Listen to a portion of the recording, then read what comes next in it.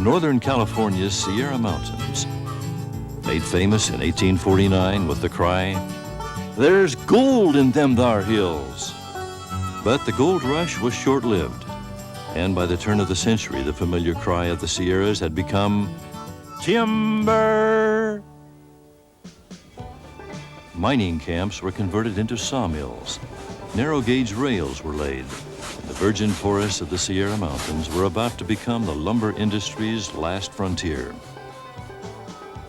Within a few short years, lumberjacks had pushed deep into the forest of the Sierra Mountains. Spurs off the main railroad's line were laid to the cutting sites, and the geared locomotives hauled the raw timber down the track to the mill. The Pickering Lumber Corporation's mill was outside of Standard, California. And just over a mountain, the West Side Lumber Company operated out of Tuolumne. At their peak, these mills each turned out up to 45 million board feet of lumber a year, enough to build 3,700 seven-room houses. For moving the logs and lumber, these two lumber companies used the Shea and Heisler locomotives. The Shea's three-cylinder engine drove the horizontal shaft running down the entire right side of the locomotive. This drive shaft equally distributed the power to each geared wheel.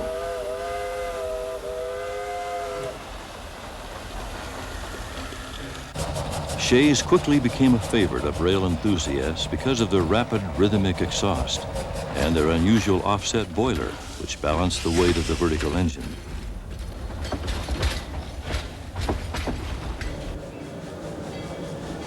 The very first oil-fired Shea was a 55-ton two-truck built in 1902 and was originally used by the Sierra Railway. The four-truck Sheas became standard by 1903.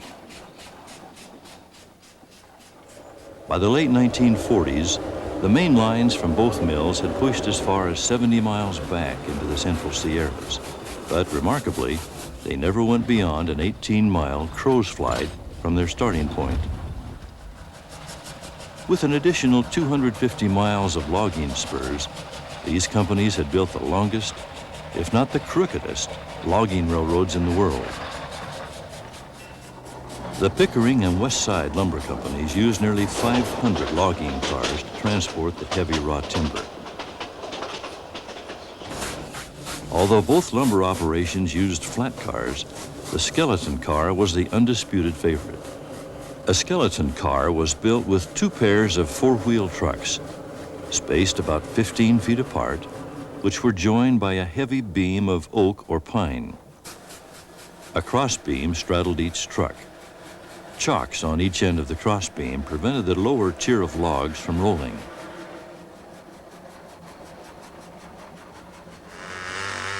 Axes were all but a nostalgic memory.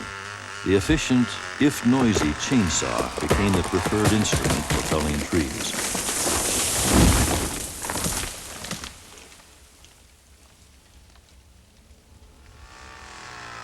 Once a tree was dropped, it was stripped and cut into shorter lengths. The logs were skidded to a loading site by a Caterpillar tractor. Horses and donkey engines used to take care of this part of the operation. But, like the steam locomotive, they ultimately didn't survive progress. Refinements in heavy equipment during World War II revolutionized how the logging industry moved raw timber and hauled it to the mill.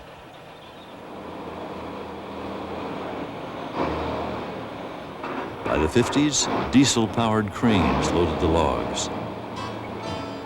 Diesel trucks, not steam engines, hauled the logs down to the spur railhead. The donkey steam engine was the workhorse of any logging operation. The donkey was a self-powered steam plant using a system of winches and cable drums. Donkeys were originally used just in skidding logs from the woods, but they were quickly adapted to many uses.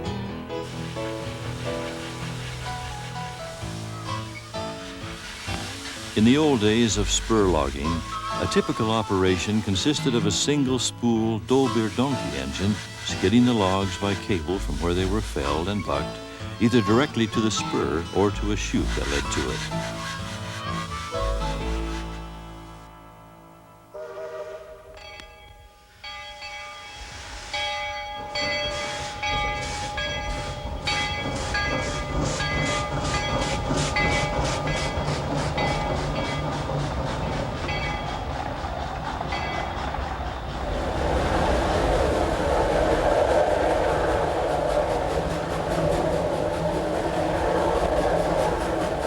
The tremendously heavy loads carried by these logging cars were held in place with chains. On sharp curves and steep inclines, loads would shift, derailing cars and even whole trains. Other dangers encountered by logging trains included broken rails or failed brakes. The greatly feared runaway train was a fairly common occurrence. Many men lost their lives in runaway wrecks.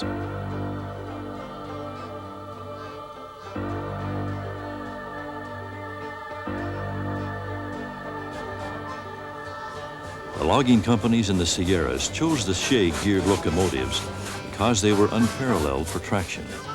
They could outpull Heislers by twice as much.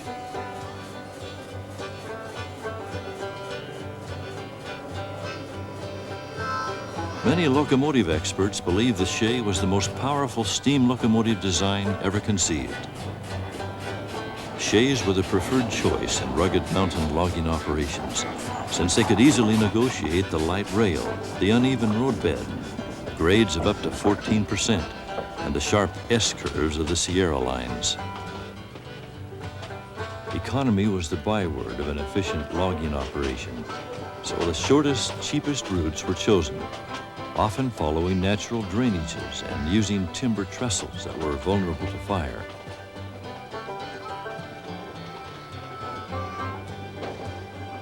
Logging lines were by necessity much more flexible than common carrier lines because they were constantly being pulled and rebuilt in virgin stands of timber.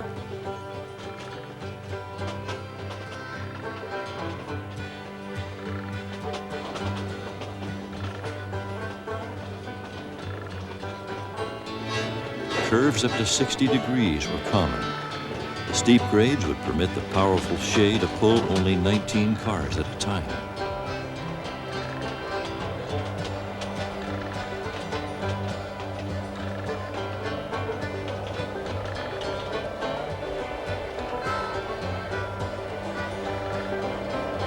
In the very early days, the engines burned wood, but this proved too costly and oftentimes sparks caused fires. Consequently, the engines were converted to oil.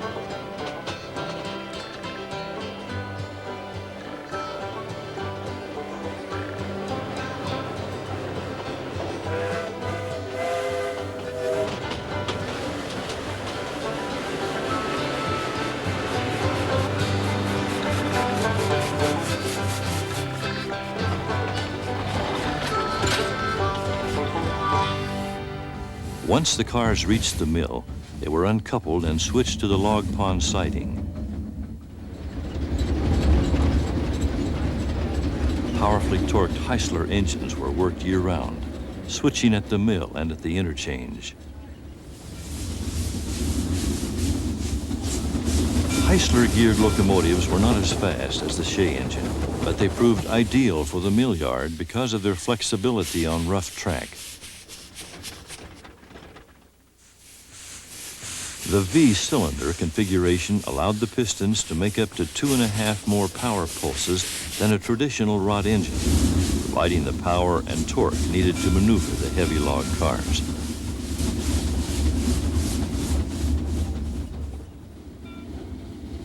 Note that this Heisler's truck wheels and tender wheels are all linked with driving rods.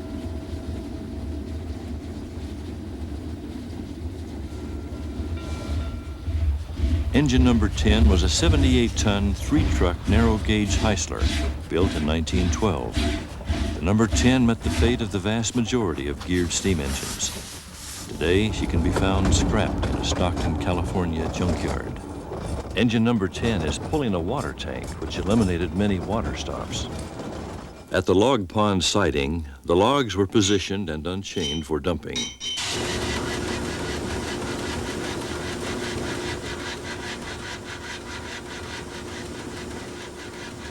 At the Pickering mill, donkey engines pushed the loads into the log pond.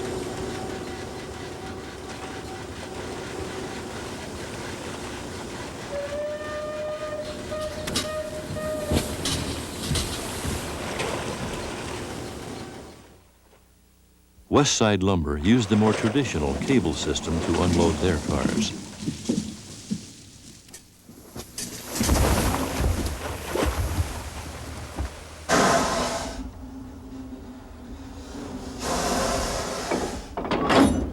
The empty cars were then spotted, uncoupled, and moved to a siding for the return trip up the mountain.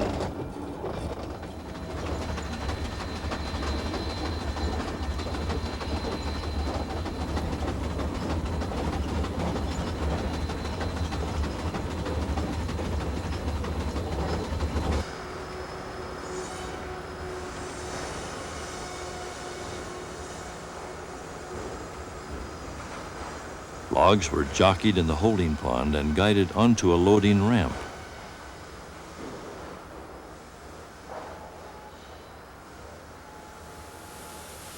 The logs were hauled up a conveyor where loose bark and debris were removed on their way into the sawmill.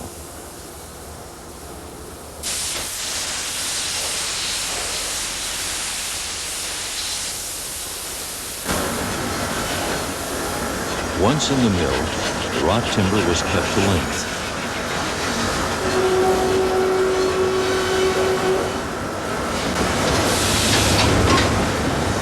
From the cut logs, large bandsaws cut boards of various sizes.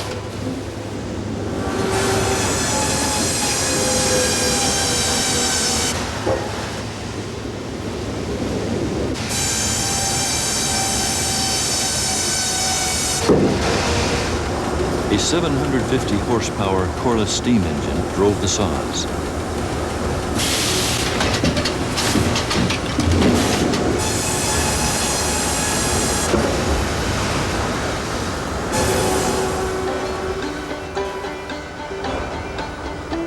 The green lumber was then conveyed to the planing mill to be finished.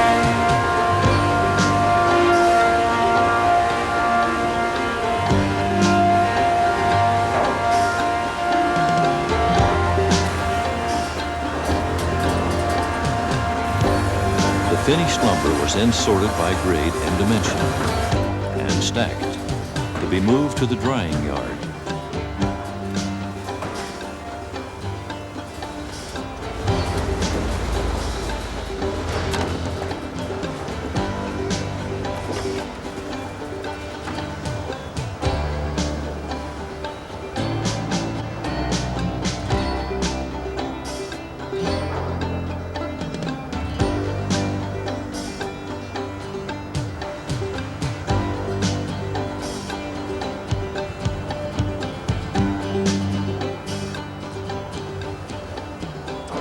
The Pickering lumber operation used this unusual monorail conveyor to haul the timber out to the drying stacks.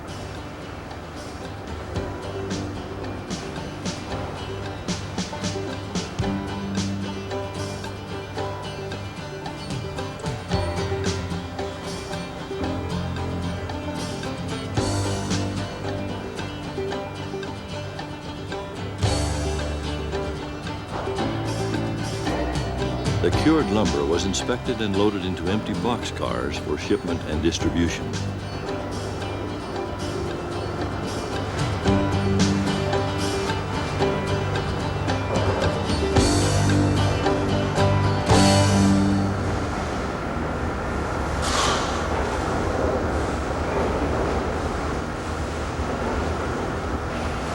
The loaded boxcars were spotted on the Sierra Railroad's tracks. They were hauled to Oakdale, California. In Oakdale, the lumber shipment was transferred to the Southern Pacific main line.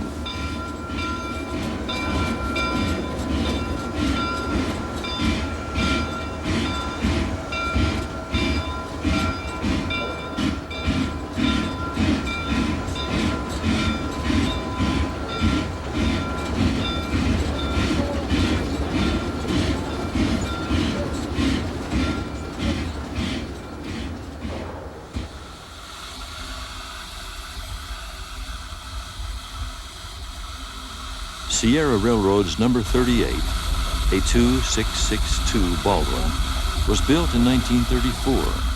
She weighed 293,000 pounds and was the Sierra's heaviest locomotive.